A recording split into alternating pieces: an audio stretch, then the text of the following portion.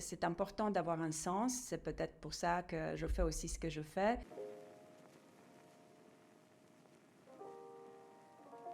Je m'appelle Irina, je suis la secrétaire générale de la plateforme du réseau Senior Genève.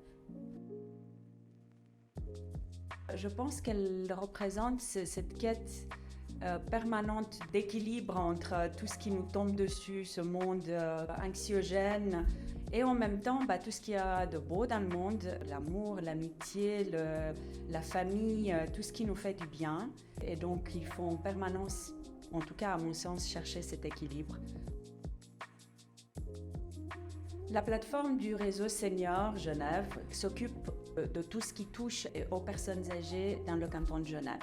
Et la manière dont on s'occupe de la santé, ou on soigne la santé mentale, on va dire, d'une manière évidemment indirecte, c'est avant tout d'essayer de donner une autre image de la vieillesse qui aujourd'hui a plutôt, à notre sens, a une connotation assez négative, plutôt la vieillesse comme une maladie déjà, comme un naufrage, comme un échec, c'est le sentiment qu'on a.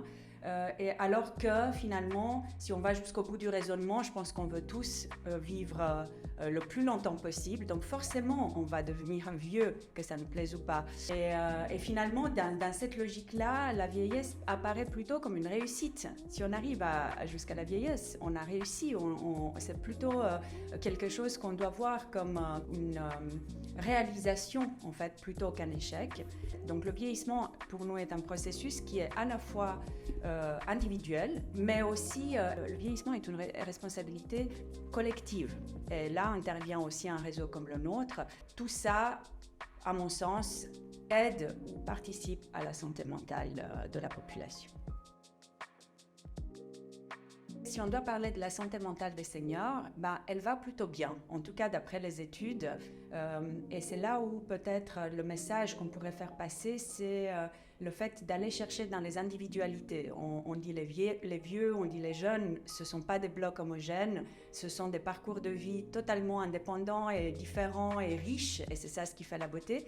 Mais dans le dialogue, et je pense dans la rencontre, on peut trouver aussi notre humanité commune.